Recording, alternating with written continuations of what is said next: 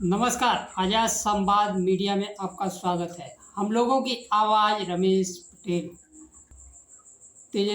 बिहार में तेजस्वी यादव की वादों की भरमार। समय के साथ खबर पाने के लिए चैनल को सब्सक्राइब करें। नमस्कार, खबर विस्तार से। देश में ऑपरेशन सिंदूर के बाद पक्ष विपक्ष में आपस में गुत्थम गुत्था चल रहा है। सिंदूर ऑपरेशन को लेकर अमेरिकी राष्ट्रपति के भूमिका पर सवाल खड़े कर रहा है। साथ ही विदेश मंत्री के दिए बयान पर कि हमने पाकिस्तान को सूचना दी, सवाल पूछ रहा है और यह भी पूछ रहा है हमने कितने राफेल विमान खोए। प्रधानमंत्री बिहार में आने वाले चुनाव को लेकर ऑपरेशन सिंदूर का डंका पीटने शुरू कर दिए हैं। जहां रेलवे टिकट पर ऑपरेशन सिंदूर का फोटो वायरल हो रहा है, वही 2025 में बिहार में विधानसभा का चुनाव होने वाला है।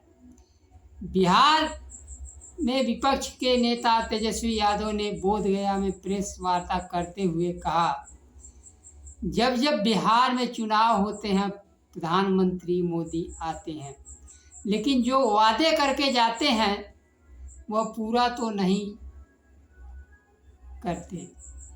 उन्होंने 2014 में किए वादे का जिक्र करते हुए पूछा, आखिर बिहार के लिए उन्होंने किया क्या? अब तक बंद पड़े जूट मिल, चीनी मिल को चालू करवा देते, बिहार को विशेष राज्य का दर्जा दिलवा देते। लेकिन प्रधानमंत्री ने एक बार चुनावी सभा में संबोधित करते हुए कहा था, बिहार को कितना दूं, कम दूं कि ज़्यादा दूं, करते करते 1.25 लाख करोड़ पर पहुँचे, लेकिन अभी आज तक वह भी 1.25 लाख करोड़ नहीं मिल पाए, जबकि उसका वास्तविक आज के दिन में वास्तविक वैल्यू 6-7 लाख करोड़ पहुंच गया होगा। बिहार को विशेष राज्य का दर्जा भी अभी तक नहीं मिल पाया। न ही बिहार सरकार द्वारा पारित 65% आरक्षण दलितों पिछड़ों को। इस बार बिहार का चुनाव जाति जनगणना, दलित, पिछड़े, आदिवासी, महिला पर लड़ा जाएगा।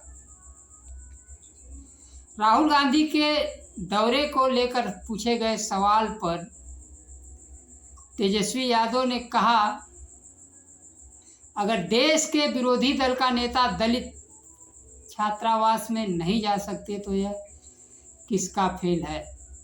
सरकार जब विकास का काम किया है तो फिर राहुल गांधी को जाने से रोक क्यों रही है? दलितों को सुविधाओं से वंचित रखा गया, उन्हें शैक्षणिक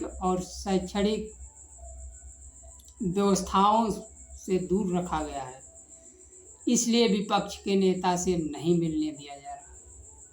जब सभी विकास हो चुके हैं तो नेता से मिलने क्यों नहीं दिया जा रहा है? सवालों का सामना बिहार सरकार, केंद्र सरकार नहीं करना चाहती है। तेजस्वी यादव ने कानून व्यवस्था पर सवाल उठाते हुए कहा, सरकार का दावा विफल हो चुका है। मुख्यमंत्री नीतीश कुमार पर निशाना साधते हुए कहा, चाचा कहते थे अपने पिता से नौकरी लाकर देगा। पिछले विधानसभा चुनाव में जब तेजस्वी यादव ने 10 लाख नौकरी देने की बात कही तो मुख्यमंत्री नीतीश कुमार ने कहा था, पैसवा कहाँ से लाएगा, अपने बाप यहाँ से लाएगा। क्या बीजेपी जेडीयू सरकार ने कोई नीति बनाई? उनकी सरकार ने, जब तेजस्वी यादव की महागठबंधन की सरकार आई तो शिक्षकों को नौकरी मिला, खिलाड़ियों को नौकरी मिला, पूरा 5 लाख लोगों को नौकरी 2 साल में दिया गया। और जबकि नीतीश कुमार ढिढोरा पीट रहे हैं, 20 साल में 12 लाख लोगों की नौकरी।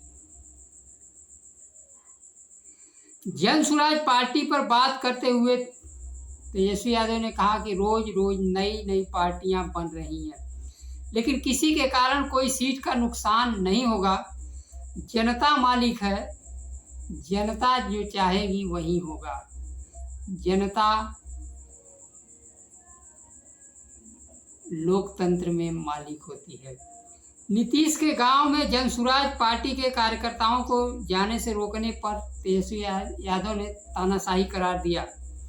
तेजस्वी यादव ने कहा कि हमारे मुख्यमंत्री अचेत अवस्था में हैं। वहीं तेजस्वी यादव ने अर्धसैनिक बलों को लेकर गृह मंत्री अमित शाह को पत्र लिखा है। उन्होंने लिखा कि जो शहीद होते हैं उनको शहीद का दर्जा मिलना चाहिए, उन्हें भी सेनाओं के अनुसार आर्थिक मदद, नौकरी, सारी सुविधा मिलनी चाहिए उनके परिवारजनों को।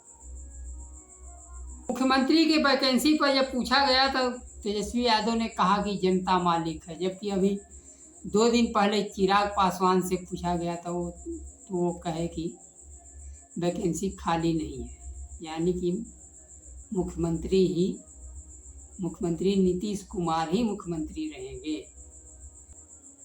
चिराग पासवान पिछले चुनाव में नीतीश कुमार को हराने के लिए जितने सीटों पर नीतीश कुमार लड़ रहे थे सभी सीटों पर प्रत्याशी दिए थे, लेकिन आज वो कह रहे हैं कि वैकेंसी खाली नहीं है।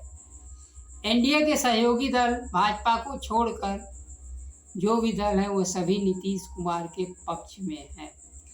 भारतीय जनता पार्टी पूरे उत्तर भारत में केवल बिहार राज्य बचा है, वहाँ अपना सीएम बैठाना चाहती है।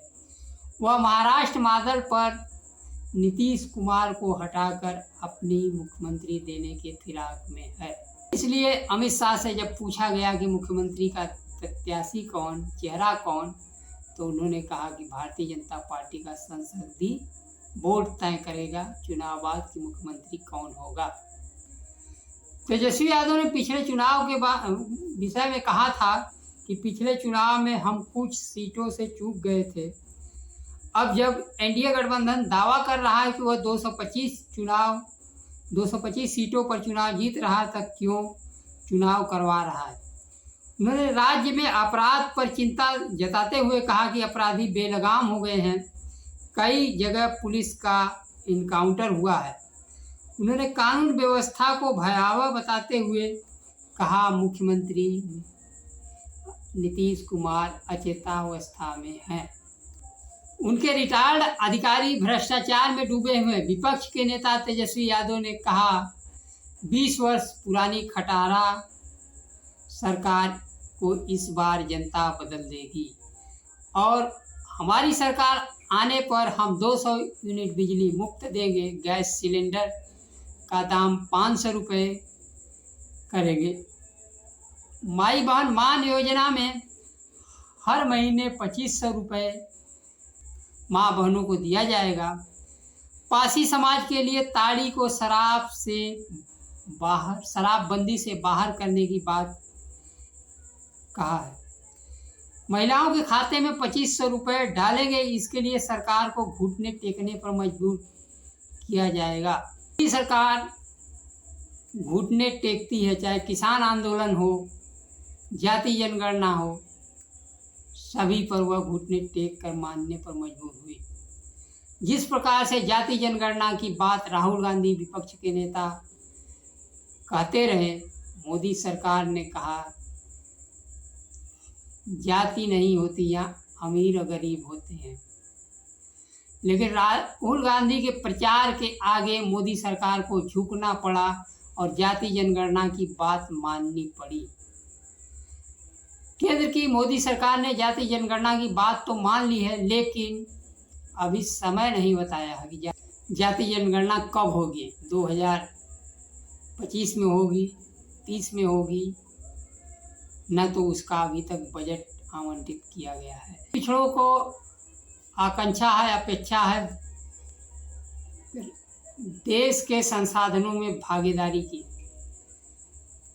केंद्र की मोदी सरकार जितने जल्दी जाति जनगणना करा दे, जाति जनगणना के हिसाब से लोगों की भागीदारी सुनिश्चित हो जाए। जिसकी जितनी संख्या उसकी उतनी भागीदारी। देश एक बार जाति जनगणना हो जाने के बाद मजबूती के साथ सामाजिक न्याय की तरफ बढ़ेगा।